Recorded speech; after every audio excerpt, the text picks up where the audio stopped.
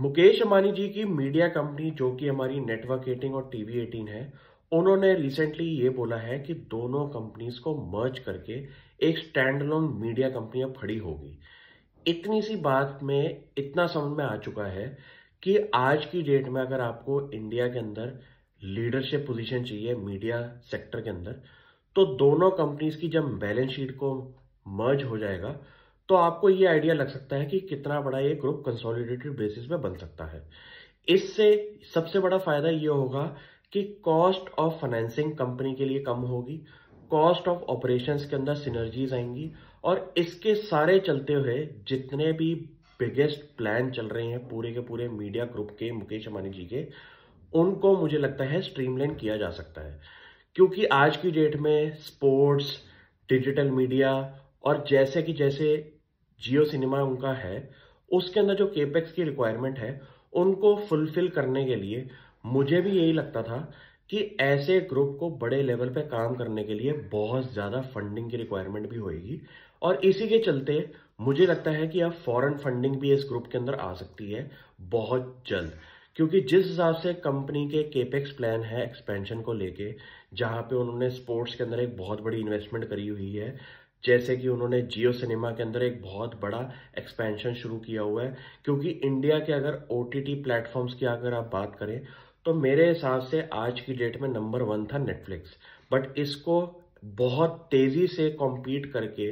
जियो cinema ने जो number 1 position ले ली है अपनी, इसके अंदर आपके अंदर सबसे बड़ी प्रॉब्लम ये दिखाई देगी कि आपको रेगुलर केपेक्स करना पड़ेगा अपने कंटेंट को इम्प्रोवाइज करने के लिए और न्यू न्यू कंटेंट क्रिएशन भी आपको करनी पड़ेगी। प्लस जितने भी ग्लोबल मीडिया हाउसेज हैं उनको अगर इंडिया में लेके आना है और उनके साथ पार्टनरशिप में आपको काम करना है, तब भी इसके अंदर एक बहुत बड़ा कैपिटल आपका लगेगा। इन चीजों को देखते हुए इस मर्जर से इतना समझ में आ चुका है कि इंडिया की नंबर 1 मीडिया कंपनी बनने के लिए कंपनी ने जो मर्जर किया है उससे काफी ज्यादा फायदा होगा शेयर होल्डर्स को भी, और इसका सिनर्जी बेनिफिट आने वाले फ्यूचर में भी आपको दिखाई दे सकता है। मैं जब भी मुकेश अंबानी जी पे बैठ लेता हूं तो मैं छोटे टाइम पीरियड के लिए नहीं लेता, क्योंकि मुझे पता है कि उनके दिमाग में इतने बड़े बड़े जो प्लान्स होते हैं उनका बेनिफिट आपको आज की डेट में प्रेजेंट में नहीं दिखाई देगा, लेकिन फ्यूचर में जरूर उसके आपको इफेक्ट्स दिखेंगे। क्योंकि आप ये सोचिए कि जब जियो सिनेमा इंडिया में लॉन्च हुआ था तो वो सिर्फ फ्री था। आज की डेट में उस एप्लीकेशन के अंदर जितना भी प्रीमियम कंटेंट है उसकी एक कॉस्ट है जो कि फिलहाल मेरे हिसाब से 1000 रुपये पर साल की है। उस कॉस्ट के नंबर्स पे आप खेलिए कि कितना बड़ा एड्रेसेबल मार्केट हो सकता है मुकेश अंबानी जी के लिए जियो सिनेमा जैसे बिजनेस के अंदर। ये तो हो गया उनका एक कंटेंट क्रिएशन वाला बिजनेस। स्पोर्ट्स वाले बिजनेस के अंदर मुझे नहीं लगता कि आज की डेट में ऑडियंस की कमी है। जैसे जैसे मैचेस आप इंडिया में प्रोग्रेस होते हुए देख रहे हैं, वैसे वैसे लोगों की ऑडियंस इन डिजिटल प्लेटफॉर्म्स पे भी दिखाई दे रही है।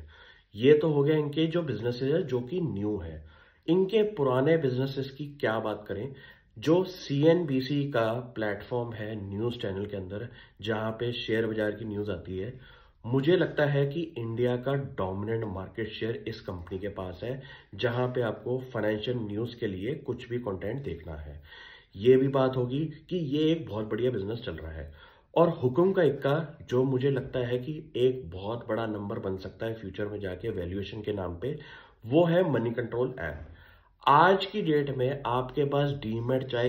कौन सी भी कंपनी का हो, आप शेयर ट्रेडिंग किसी भी ऐप से आप करें, लेकिन जो इंटरफेस मनी कंट्रोल ऐप का है वो मुझे कहीं पे भी नहीं दिखा। और इसकी सबसे बड़ी खासियत ये है कि इस ऐप की एप्लीकेशन डाउनलोडेड जो है वो आज की डेट में हर बंदे के फोन में जरूर दिखाई देती है। इसको आप खुद भी वैलिडेट करें लोगों से बात करके और आपको समझ में आ जाएगा कि एक ऐसी ऐप है जहां पे फाइनेंशियल न्यूज, फाइनेंशियल स्टॉक्स के बारे में इंफॉर्मेशन, सबसे बढ़िया तरीके से यूजर इंटरफेस भी है और इसमें काफी लोगों ने बहुत सालों से इसके साथ जुड़े हुए हैं। एक लोगों के दिमाग में जो चीजें होती हैं उन पे आप अगर तवज्जो देंगे तो आपको समझ में आएगा कि किसी चीज के साथ अगर अगर आप जुड़े हुए हैं बहुत सालों से, तो आपका एक कंफर्ट लेवल बना होता है उसके यूजर इंटरफेस से। ये यूजर इंटरफेस पे काम मनी कंट्रोल ऐप ने बहुत बढ़िया लेवल से किया है, और इसके अंदर जो एडवर्टाइजिंग का रेवेन्यू का पोटेंशियल है उसका आप आइडिया भी नहीं लगा सकते। क्यों? क्योंकि ये इतना बड़ा बिजनेस हो सकता है कंपनी के लिए कि आज की डेट में सबसे ज्यादा यूज फाइनेंशियल न्यूज जो लोग करते हैं एप्स के अंदर, वहां पे अगर छोटा सा भी आइकन आपको एडवर्टाइजिंग का दिखाई दे रहा है, उसकी एक बारी नजर जरूर जाती है जो कि रीड कर रहा है उस न्यूज को। इस पे मुझे लगता है कि बहुत बड़ा पोटेंशियल कंपनी का बन सकता है एडवर्टाइजिंग फ्रंट के अंदर। ये चीजों को अगर आप कैलकुलेट करके देखें, और मुझे लगता है कि बाकी डेवलप्ड मार्केट्स में मीडिया कंपनीज की आप वैल्यूएशन आप चेक करें, तो जहां पे टीवी 18 नेटवर्क 18 मर्ज करके खड़ा हुआ है,